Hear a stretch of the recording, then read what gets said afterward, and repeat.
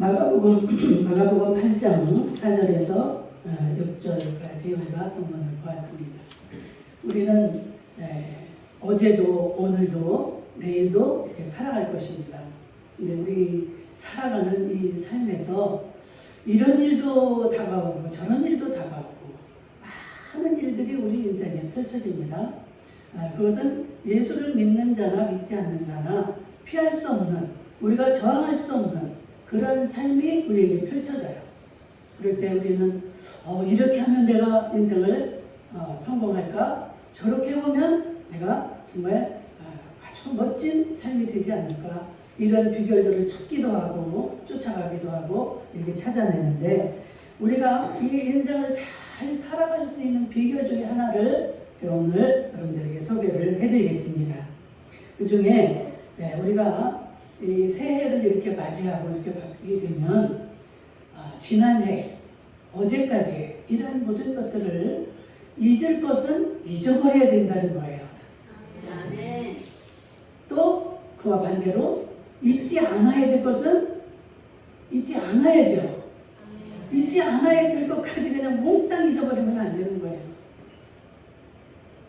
잊어야 될 것들, 우리가 지난날에 내가 실패한 거, 너무나 슬펐던 것, 여러 가지 일들이 있을 것입니다. 기억하고 싶지 않은 그런 일들은 우리가 아무리 기억하고 안 잊어버리려고 해봐야 그것은 다른 사람에게도 피해를 주게 되고 나에게 많은 상처가 되어서 남습니다. 상대방에 대한 이런 분노, 미움, 증오, 이런 것들 잊어버려야죠. 잊지 않고 그걸 가지고 있으면 막 이게 내 모든 세포를 다 망가뜨립니다. 그래서 내가 몸에 병이 오게 되고, 그 사람을 미워하게 되면 그 사람에게도 또 피해를 주게 되고, 나에게는 어마어마한 그 상처가 자리 잡고 떠나지를 않고 나를 괴롭히는 거예요. 우리가 이제 새해를 맞이했습니다.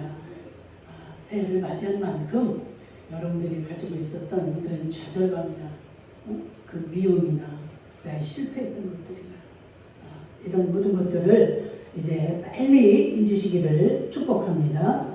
그래서 이 다른 그와 반대로 또 다른 사람이 나에게 베풀어 주었던 그런 은혜, 그런 기억들, 또 실패했을 때에 내가 깨닫고 얻었던 그런 교훈들 있잖아요. 정말 저는 그 가정의 이런 핍박 이런 것들을 통해서 피할 수 없는 그런 과정을 통해서 많은 그 인내를 배웠습니다. 이럴 때는 참아야 되는구나. 이 모든 것이 다 사실은 은혜죠. 내가 뭐 참을성이 원래가 참을성이 있어서 이렇게 참아진 것이 아니고, 그 과정을 통해서 내가 피할래야 피할 수도 없는 그런 아주 궁지에 들어갈 수밖에 없었고, 그 속에서 참아내지 않으면 살 수가 없었던, 그런데 그걸 참아내기가 정말 죽기보다도 힘들었던, 내 자존심을 다 죽여야 되고, 내가 어디 다른 길로 피하고 싶지만 피할 수 없었고, 그런 과정을 통해서 나도 모르게 배웠던 인내, 이런 걸 잊어버려서는 안 된다는 거예요. 하나님 왜 우리를 그런 지경에 넣으실까요? 하나님의 사랑하는 자들을 온전하게 지금 이끌고 가시고 만들어가는 과정입니다. 그 과정에 있을 때는 우리는 너무나 앞이 안 보이기 때문에 참아내기가 힘들어요. 도저히 나는 못 견디겠다, 못 참겠다. 그래도 우리 하나님은 거기서 우리를 죽이기까지 아니하십니다. 내가 정말로 이제는 나는 죽었다 싶으면 하나님 어떻게 하신다고 그랬어요? 피할 길을 내셔서, 피할 길을 내셔서 잠시 피하게. 그래. 우리의 체질과 우리의 모든 형편 처지를 우리 하나님은 정확히 아십니다. 내가 막 그냥 거짓으로 나 이제 죽어요 막 죽는 흉내를 내고 그런 막 몸부림을 쳐도 견딜 힘이 남아있는지 없는지 하나님은 아십니다. 그런데 정말로 얘는 여기서는 이제 더 못 넘어가겠구나 싶을 때는 하나님이 피할 길을 딱 예비하시고 그대로 인도하십니다. 하나님 목사님 나 이제 죽어요. 나는 이제 숨도 못 쉬어요. 도저히 방법이 없습니다. 이때 저는 속으로 나도 그 길을 겪어왔죠. 조금만 더 견디고 있어요. 우리는 못합니다. 나도 못하고 당신도 못하지만 하나님이 하실 줄로 믿습니다. 하나님은 이미 알고 계시고 문제를 주실 때는 답을 이미 다 주실 거예요. 그래서 죽을 것 같다 싶으면 도저히 나는 이제 숨도 못 쉬겠다 싶을 때는 때가 된 거예요. 거기서 모면할 이제 때가 된 겁니다. 그러니까 오히려 더 감사해야죠. 나는 죽을 지경이다. 목사님 몰랐을지는 진짜 죽어요. 그럴 때는 속으로 나는 기뻐합니다. 저분이 이제 저 연단에서 벗어날 때가 되었구나. 그러기 전에는 요만큼만 남아 있어도 막 큰 소리를 치고 내가 막 버텨냅니다. 내가 다 할 것이냐. 그런데 보니까 그 큰 소리는 다 없어지고 맥이 빠져 있어요. 정신이 나왔어. 아무 기억도 못해. 지나갔고 또 멍멍해진 그런 상태. 그러면 하나님이 개입을 하십니다. 제가 너무 힘들 때 저를 참 기도를 많이 해주시던 그 당시 부목사님이 계셨어요. 그럼 저는 이제 그 부목사님이 그 사모님과 함께 나를 데리고 산에 가서 기도하고 기도원에 가서 기도하고 맨날 그 데리고 다니시는데 나를 보니까 목사님이 내가 그랬어요. 목사님 저는 이제 아무 기억력도 없어졌어요. 완전 멘붕입니다. 이제 살 방법도 없고 더 이상 뭐 어떻게 할 힘이 없어요. 그랬더니 껄껄껄껄 웃으시는 거예요. 웃으시면서 이제 때가 된 겁니다. 지금 정상으로 잘 가고 있습니다. 막 정말 이 속에서 막 이게 올라오더라고요. 세상에 아무리 내가 일일이 다 얘기를 안 한다고 해서 어떻게 이렇게 내 속을 모르실까? 나는 지금 아무 기억력조차도 안 나는 거예요. 기억조차도. 이게 뭘 기억이 나야 뭔 일을 앞으로 해나가고 뭘 이렇게 이어나가는데 정말 완전히 백지가 되어있어요. 누가 뭐라고 옆에서 얘기를 해도 정신이 나갔어 내가. 이렇게 뭘 생각할 그 여지가 없는 거예요. 그럴 때 하나님이 하십니다 라고 해서 그때 얘기를 해주실 때 제 자신은 너무나 그 목사님이 미웠고 미웃기까지 하더라고요. 정말 섭섭하다 못해 막 미운 거예요. 다시 만나고 싶지도 않은 거예요. 내가 내일 기도원에 하나 봅시다. 절대 산에 가지 않습니다. 혼자 잘 다녀오십시오. 그 사모님은 막 일일이 도시락을 챙겨서 맨날 그러고 싸가지고 오시는 거예요. 아무리 그렇게 해도 그전에는 그렇게 고마웠는데 이제는 막 미워지는 거예요. 그런데 그 시간이 얼마가 지나니까 진짜 하나님이 개입을 하시는 거예요. 도저히 그 가능성이 없던 것들이 하나하나 길이 열려서 그 모면할 수 있는 또 길이 열려서 한 가지를 또 모면을 하고 하나님은 절대로 빨리 이렇게 뭐 한 번에 우리 생각에는 단번에 좀 이 자리에서 이 자리로 딱 옮겨주시면 얼마나 좋습니까? 그건 우리의 생각이에요. 여러분들 빨리 끓는 물을 빨리 식습니다. 여러분들이 애쓰고 힘쓰고 수많은 고통을 또 당하고 이렇게 해서 그게 막 완전히 깨달아져서 두 번 다시 이제 그 길로 가지 않을 이런 상황이 돼서 깨닫는 것과 나 지금 죽을 지경인데 눈을 떠보니까 하나님이 딱 옮겨주셨다.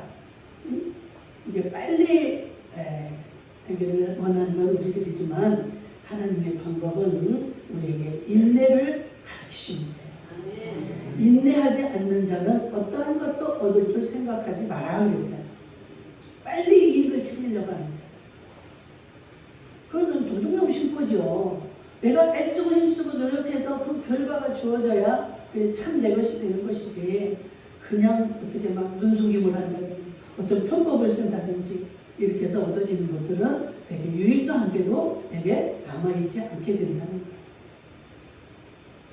우리는 그래서 정말 이런 식으로 잊어야 될 것을 잊지 못하고 잊지 않아야 될 것을 잊지 않게 되면 어때요? 우리의 삶이 고달프고 힘들고 오래오래 너무나 그 고통 가운데 살게 된다는 것입니다. 그래서 오늘도 이 본문을 보니까 꼭 기억해야 될 것을 쉽게 잊어버리는 그러한 자를 지금 본문에서 우리가 발견을 합니다. 예수님과 제자들이 이렇게 대화를 하는 거예요. 이 제자들을 여러분들 눈여겨서 보시기 바랍니다. 이 지금 우리가 마가복음 8장을 보는데 6장에 가면은 그 보리떡 5개를 가지고 5,000명이나 먹이는, 그리고도 12광줄이나 남게 거두는 이런 오병이어의 기적을 우리가 보았습니다. 근데 지금 이 8장에 와서 또 지금 많은 우리들이 예수님의 말씀을 듣기 위해서 왔다가 한 사흘이 되도록 지금 가지 않고 말씀을 듣다 보니까 배가 이제 줄이고 먹어야 될 것을 먹지 않으면 안 되는 지경이 되었습니다. 그럴 때 이 제자들의 그 모습을 통해서 오늘 주님의 그 음성을 듣기를 축복합니다. 예수님은 이렇게 그런 기적을 보여주었지만 제자들은 이 오병이어의 기적을 어디 다른 것을 통해서 들은 그런 사람들이 아니에요. 그 현장에서 자기들이 직접 우리 떡 5개를 예수님이 축사하신 것을 가지고 그 5,000명이나 되는, 남자들만 5,000명이에요. 그러니까 수만 명이 될 것입니다. 아기들까지 다 이렇게 치게 되면, 여자는. 그런 장본인들의 입에서 어떤 말이 나오는가 한번 볼까요? 이 광야 어디서 떡을 얻어 이 사람들로 배부르게 할 수 있으리까? 불과 지금 6장에서 얼마 전에 예수님이 보리떡 5개 물고기 2마리를 가지고 이렇게 많은 사람들을 먹이고 남는 이런 기적을 봤고 자기들이 직접 체험을 한 거예요. 눈으로 보고 예수님이 직접 하시는 일을 체험을 한 자들의 입에서 지금 얼마나 되었다고 지금 이런 엉뚱한 말을 합니까? 예수님이 그들을 어떻게 해요? 야, 저들이 지금 사흘 동안을 먹지 못했다. 근데 저들이 기진했으니 너희가 어떻게 해야 되겠느냐? 응? 그런데 그 제자들 입에서 지금 이런 말이 나옵니다. 어떻게 지금은 여기가 그냥 이런 마트도 가깝고 살 수 있는 이런 가까운 이런 장소가 아니라는 거죠. 어디라고요? 광야라는 것은 보아도 다 돌덩어리들이고 아주 적막하고 아주 뜨겁고 먹을 거라고는 도저히 찾을 수 없는 이런 곳이기 때문에 지금 이들의 입에서 광야에서 어디서 떡을 얻어 이 사람들을 배부르게 할 수 있겠나이까? 그때는 그런 광야가 아니었나요? 그때는 빈들이 아니었나요? 그런 기적을 보고도 이들의 입에서 이런 말이 지금 나가는 것을 볼 때 참 우리들은 이해가 안 되죠. 아니 그렇게 보고 자기들이 행한 사람들이 어떻게 이런 말을 할 수 있을까? 이 말씀을 보면서 우리가 어떤 생각이 듭니까? 어떤 모습이 떠오릅니까? 저는 제 모습이 떠올랐어요. 제가 그렇게 예수 믿고 정말 수많은 기적을 봤습니다. 하나님 날마다 저를 만나주시고 그 꿈으로 인도하시고 삶 속에서 그냥 이렇게 꿈만 꾸면 그냥 그것을 꿈으로 끝나는 것이죠. 근데 꿈이 그 다음날 이루어지는 거예요. 참 신기한, 정말 이 하나님은 살아계신 분이구나. 정말 살아계시다는 걸 너무 느끼니까 우리 남편이 불쌍해지는 거예요. 이 예수님을 내가 이렇게 믿는다고 나를 핍박하는데 그 예수님은 살아계신 분이잖아요. 그 하나님은 지금 우리 삶 속에서 함께 하시는 분이잖아요. 근데 우리 남편은 그걸 못 만나고 못 보니까 그 남편이 불쌍해지기 시작한 거예요. 이렇게 체험을 했던 저희들도 이렇게 이제 시간이 지나고 삶을 살다 보면 뭐 어떤 환경이 달라지거나 어떤 그 위험한 일이 닥쳐 순간에 놀라고 좌절하고 낙심하고 이런 모습을 보면서 이 제자의 모습이, 이 제자들의 모습이, 이 제자들의 말이 내 모습이고 내 말이구나. 여러분들은 안 그러신가요? 저만 그런가요? 여러분들 말을 해놓고 한번 생각을 해보세요. 예전에 하나님이 어떻게 나한테 하셨는가? 여러분들이 실제로 체험을 못했을지라도 그런 체험을 한 것을 예수님은 이 책에다가 다 기록을 해놓으셨어요. 그래서 성경을 아는 자들이라면 이렇게 말을 할 수가 없는 것이죠. 이 반면교사 삼아야 되는 것입니다. 이것을 보고 우리는 깨달으라고 이런 제자들의 이런 철다원이 없는 이 말이나 행동을 기록을 해 놓으신 거예요. 이스라엘 백성들이 출애굽에서부터 얼마나 하나님을 원망하고 대적하고 이렇습니까? 이스라엘 백성들 우리 욕 많이 했죠. 성경을 읽으면서 해도 너무한다. 어떻게 이렇게 하나님 앞에 배은망덕하고 이럴 수가 있을까? 그럼에도 불구하고 하나님의 그 사랑은 변하지 않습니다. 우리가 이렇게 정말로 철부지같이 원망하고 배반하고 이런 원망하는 말, 막 예수님을 향해서 뭐예요? 아주 그냥 예수님을 막 주지시키는 거예요. 이 빈들에서, 이 광야에서 200데나리온이나 준들 이것을 어디서 살 수가 있겠습니까? 하고 예수님을 막 대적해서 예수님에게 막 주지시키는 거예요. 보세요. 예수님 좀 현장을 좀 이해를 하시고 깨달으세요 하고 이렇게 주지시키는 것 같은 모습 아닙니까? 건방지고 그런 모습이지만 우리의 모습이 이 모습인 줄 믿습니다.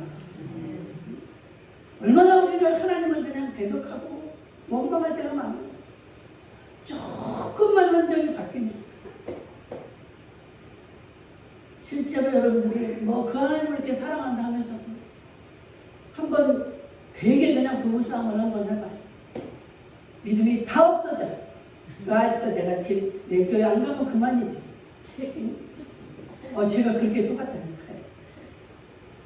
주일 아침이면 싸움판이 벌어지는 거예요. 나는 다 준비를 하고 있는데 헌금 가게 다 준비하고 내일이 먼저 교회 가야지. 주일이 그렇게 멀은 것처럼 기다렸었던 난데 부부 싸움을 하고 나니까 그래 내가 안 가면 그만이지. 아주 보란듯이 나 안 갔어. 막 이렇게 말은 안 하지만 막 그 심정으로 막 연관을 해야 하는 거예요. 결과적으로 뭐예요? 마귀는 어떻게든 우리와 하나님 사이를 벌어지게 하고 못 가게 하고 내 마음에 낙심을 하게 하고 이 제자들의 믿음이 이렇게 환경에 지배받는 그런 믿음이었다는 것입니다. 여러분, 정말 우리는 어떤 핑계를 댑니까? 어떻게 하나님이 뭐를 하자 그러면 목사님 제가 무슨 돈이 있습니까? 또 내가 이 환경에서 내가 그전에 같으면 이렇게 했지만 지금 이 일이 벌어졌잖아요. 그 환경만 바뀌면 다 지난날에 건 그냥 쓰라리 같이 다 없어져 버려요. 그런데 진정한 믿음은 어떤 환경이든 어떤 배경이든 거기 흔들리지 않아야 진정한 믿음이라는 것입니다. 이 이스라엘 백성들이나 제자들이나 돈이 있어야죠. 목사님 돈이 없잖아요. 이 광야잖아요. 여러분들 모든 것들은 이렇게 변하고 다 달라지고 우리를 이렇게 위협을 합니다. 요즘은 더군다나 어때요? 이 여러분들이 너무나 두려워하는 이 코로나 코로나도 이게 코로나19 하나만 오는 게 아니야. 뭐 델타, 뭔 변이, 오미크론, 앞으로도 또 있을 것입니다. 이런 것들이 오면 그 믿음이 다 어디 가고 다 위축이 돼가지고 아이고 무서워. 전철은 다 타는 거 다니고 마트에 가서 다 먹으면서도 교회 와서 1시간 있는 거는 무서운 거예요.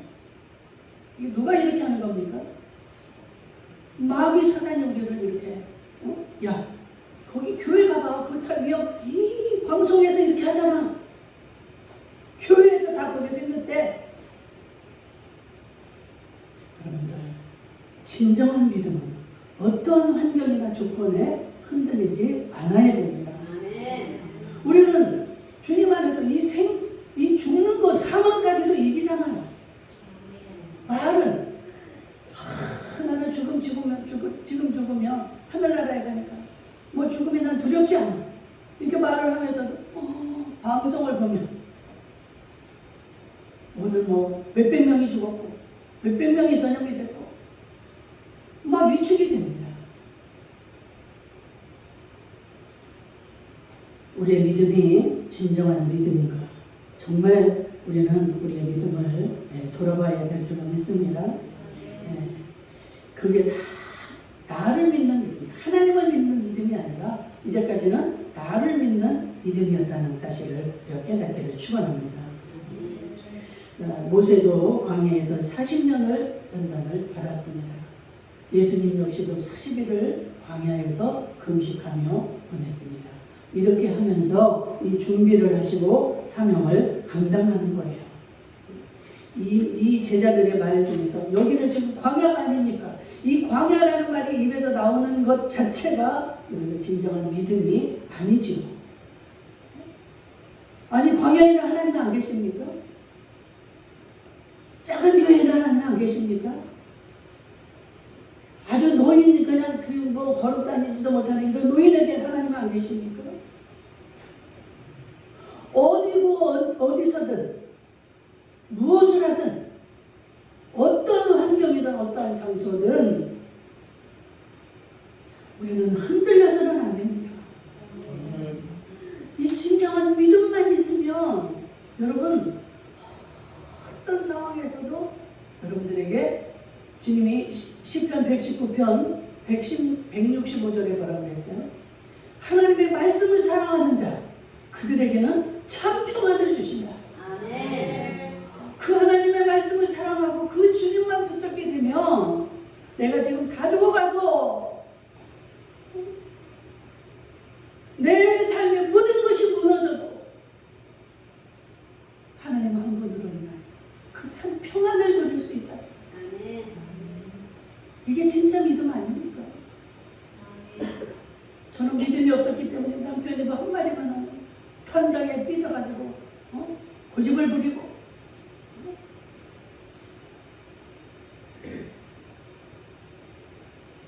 여러분들이 그 참 믿음 안에 도달을 하게 되면 지나간 날들이 얼마나 부끄럽습니까? 전 너무 정말 부끄러워요. 그때 얼마나 우리 주님의 마음이 아팠을까.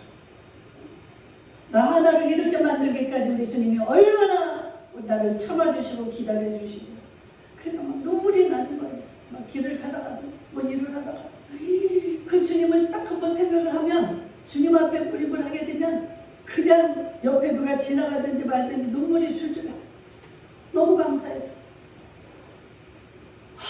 나 같은 것을 하나님 이렇게 기다려주시고 참아주셨고 그런데 우리는 내 눈에 보여지는 것들 내 마음대로 빨리 안 된다고 해서 성질이나 화를 내요. 못 기다려줘. 우리는 기다려줘야 되는 거예요. 그냥 교육한다고 되어지는 게 아니에요. 누가 몰라서 교육을 안 합니까? 두드려 팬다고 그게 되면은 얼마나 정말 두드려 패서라도 안 되는 거예요. 하나님은 다 모든 게 때가 있고 하나님의 방법으로 온전하게 될 수 있을 때까지 우리는 기다리며 참아줘야 돼요. 나 역시도 주님이 허락하실 때까지 기도하는 거예요. 아프리카 사람들이 어떻게 한다고 그랬어요? 그들의 기도는 반드시 응답이 되는 거예요. 왜? 이루어질 때까지 기도하니까. 그들이 기도만 하면 이게 가뭄 해결이 된다는 거예요. 왜? 비가 올 때까지 기도하니까. 여러분들 기도하다가 혹시라도 포기하시고 이 환경을 맞아서 여러분들 뒤로 물러가지는 않았는지. 여러분들 오늘 예수님이 이 똑같은 질문을 하시잖아요. 그 보리떡 5개 있을 때에도 예수님이 너희에게 떡이 몇 개나 있느냐. 지금 또 이런 상황이 펼쳐졌을 때도 똑같은 질문을 하십니다. 너희에게 떡이 몇 개나 있느냐? 토시 하나 안 틀리고 똑같은 질문을 하십니다. 그랬을 때 얼마나 부끄러웠을까. 그럼에도 그때도 못 깨닫죠, 이 제자들. 응? 예수님이 어떻게 정방하고 똑같은 질문을 하실까? 오히려 이 제자들은 속으로 아이고 저 예수님 참으로 답답하십니다. 응? 그때도 5개 우리가 대답했는데 똑같이. 그럼에도 이 제자들 역시도 똑같이 지금 대답을 하는 거예요. 응? 그때도 그렇게 막 여기서 어떻게 이걸 다 먹일 수 있습니까 했는데 이번에도 그거 다 잊어버리고 똑같은 대답을 하는 거예요. 보리떡이 7개가 있습니다. 가지 마라. 그럴 때 우리 예수님은 똑같은 제자들의 그 대답을 하지만 그들을 책망하거나 당황하지 않습니다. 속으로 그러시겠죠. 그래, 너희들이 지금은 몰라서 예전과 똑같이 그런 상태지만 나는 너희들을 안다. 너희들이 그런 걸 체험하고 했을 때 내가 세상을 떠나고 성령이 오게 되면 그때서야 너희들이 우리 주님이 진짜 주님이구나. 그 주님의 말씀이 참말이구나. 그래서 기억하고 정말로 그들이 생명을 걸고 주님을 위해서 일하지 않습니까? 다 그들이 순교자들이 되잖아요. 여러분들 이 주님의 말씀이나 또 그렇게 대답한 제자들의 이 상황을 여러분들이 보시고 주님과 나와의 관계에서 절대 우리는 정말 그런 다른 오류를 범하지 않기를 주의 이름으로 축복합니다. 그래서 언제든지 이 환경은 우리를 흔들어 놓는다는 사실을 기억하시고 그래서 환경을 이길 수 있는 건 오직 믿음뿐이다. 아멘. 아멘. 오늘 말씀 기억하면서 한 주간을 승리할 수 있기를 축복합니다.